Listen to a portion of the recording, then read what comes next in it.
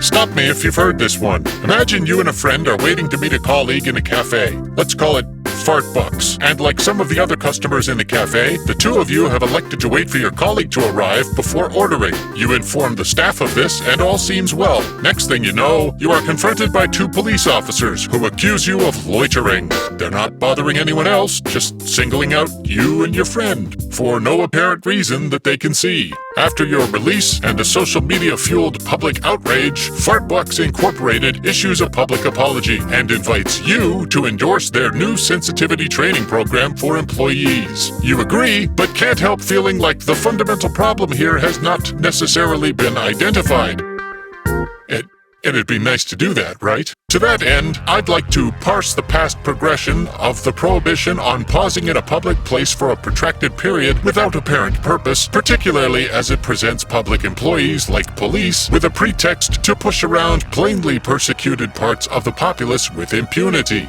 Not yet, Nan. In 1824, the UK Parliament, somehow it's always the UK, passed the Vagrancy Act, making loitering an offence punishable by a £5 fine or 3 months of prison and hard labor. So, legal for the wealthy, illegal for anyone who could not spare £5. And that went a lot further in 1824. Like, your whole monthly overhead was measured in shillings back then, and shillings are literally worthless now. The official charge was called neglect of duty, which is an interesting choice of words for British politicians and lords to use at any time, ever. The list of people targeted by this law might give us a clearer idea of what it was for. The people this law was explicitly intended to discourage included panhandlers, palm readers, prostitutes, purveyors of pornography, promoters, players, and punters in games of chance, anyone placing their person on private property without permission, and others besides. Just in case anyone thought that a suspiciously attractive man was engaged in the early 19th century equivalent of cruising, but you didn't have any actual proof of gay stuff. In other words, neglect of duty under the Vagrancy Act basically meant being seen as part of a racial, sexual, gendered, and/or class minority in public, punishable by 3 months imprisonment if you couldn't afford the fine of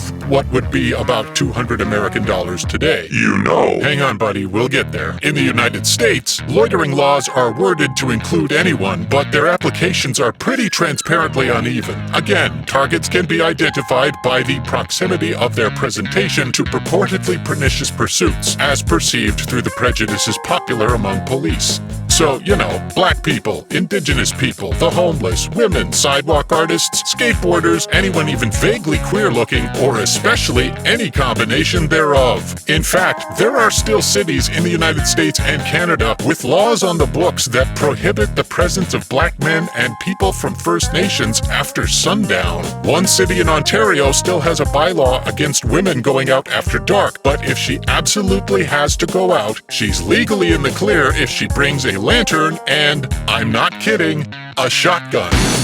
These laws are typically not explicitly enforced, but remain technically in effect because it would be really embarrassing for a city council to bring them out to repeal, which is interesting, right? Like, the idea that you can't set things right until you admit what you've done wrong is evident.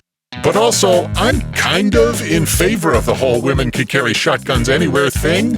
Like, kind of. Of course, many of these laws have been amended in their language over time to address the public perception that, you know, they unfairly target minorities of every description. Legislators have played around with wording like, remaining in any one place under circumstances that would warrant a reasonable person to believe that the purpose or effect of that behavior is to enable a criminal street gang to establish control over identifiable areas, to intimidate others from entering those areas, or to conceal illegal activities. That's from a Chicago anti-loitering bylaw from the year 2000, repealing the 1992 vagrancy bylaw, which was struck down by the Supreme Court for being too vaguely, you know what, never mind, this is boring, moving on. I just want to point out the heavy lifting being done by that word reasonable.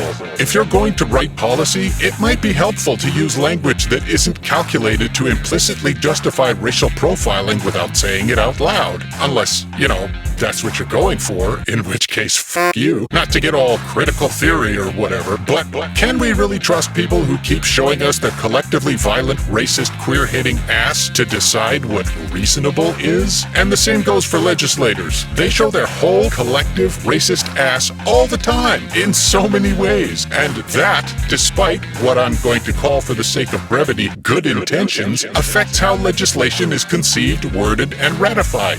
I mean, I've shown my entire ass a time or 10, but I'm not writing or enforcing public policy, it's still bad, but anyway. Are you going to talk about people in the sex trade, or? Yeah, just not sure how to start with it. If you are concerned, it may do more good than harm to mention it. Well, maybe I'm not the most appropriate person to talk about this, and it's bigger and more complicated than a bit for a short video on vagrancy laws, but also, it's relevant. So, there's been some progress in recognizing the rights of people in the sex trade in some places, but generally, I assume there's a certain amount of well-intentioned ignorance involved, but we are collectively past the point where that's an acceptable excuse.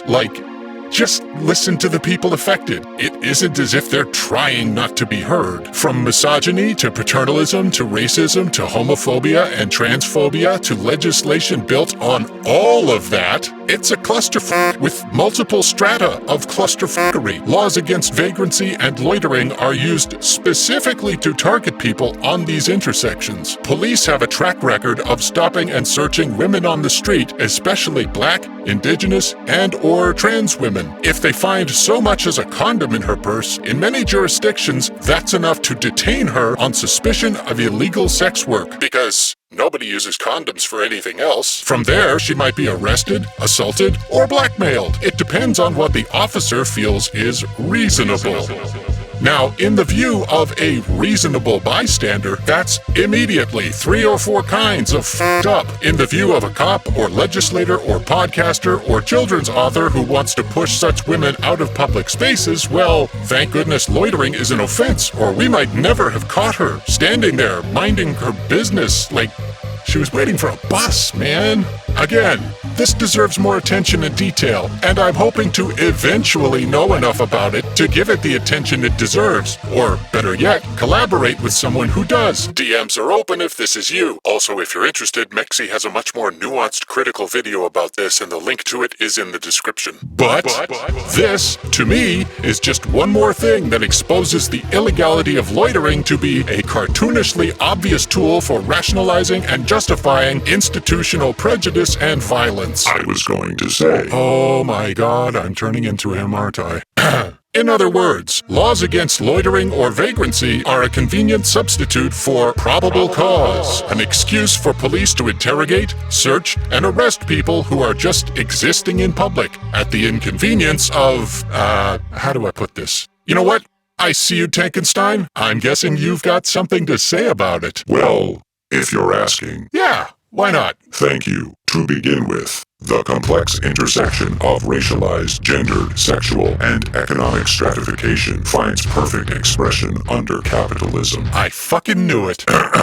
Sorry. As conditions have been engineered to prioritize capital as an extension of the owner class, it follows logically that property can be assaulted, and that is interpreted as an assault on its owner. Property owners suffer when their property is perceived to have lost monetary value due to the mere presence of individuals who are criminalized for their own marginalization, whether in a neighborhood, a cafe, or a nearby public park. Legal mechanisms for the systematic removal of these individuals serves the interests of capital in the short term. In the long term, it is mathematically self-defeating and sustainable only through escalation of the police state. This ends one of 2 ways.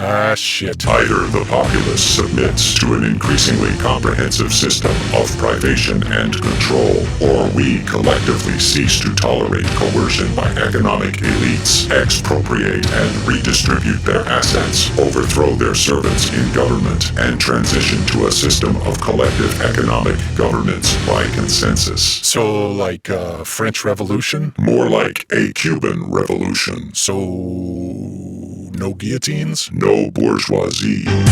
I'm pretty sure Che Guevara was born into the bourgeoisie. Yes, and class traitors of Che Guevara's caliber are welcome. Damn it, I just wanted to talk about the history of vagrancy laws, not incite a revolution. Are you sure you know what you want? Yes!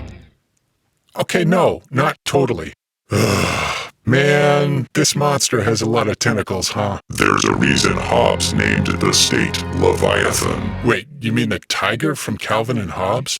Are you being serious? Okay, look, this is already running longer than I intended. Let's wrap it up. So in conclusion, is loitering a crime? Legally, it depends where you are and what you're doing. Morally, fuck no, or it shouldn't be. You should be able to loiter. Making it illegal to stand around doing nothing is, as I believe has been demonstrated here, stupid, and an invitation to enforcement of systemic racism, misogyny, homophobia, transphobia, and classist violence of every kind. I'd even say that we're in a place now where loitering can be a small act of rebellion, and that feels really weird to say about existing in public without paying rent for it. Speaking of rent, I personally have some related expenses. I'm just like you. If you've paid your rent, stocked your fridge, helped out your neighbors, treated yourself, and still have money left over that you don't know what to do with, that's awesome. And you are free, if so inclined, to join my generous patrons and give me money through Patreon and/or Ko-fi. Links in the description. You can also follow me on Twitter and Instagram if you're into that, or SoundCloud if you just want to listen instead of being bombarded with ads for Netflix and crypto apps of dubious value. And obviously, if you liked the video, drop a like and a comment, subscribe, and get alerts so you don't miss next month's video. I don't know what it's about yet, but I'm going to go hang out in a public place doing nothing until I do. So, until next time, this is the Silver Samaritan saying good luck and stay safe.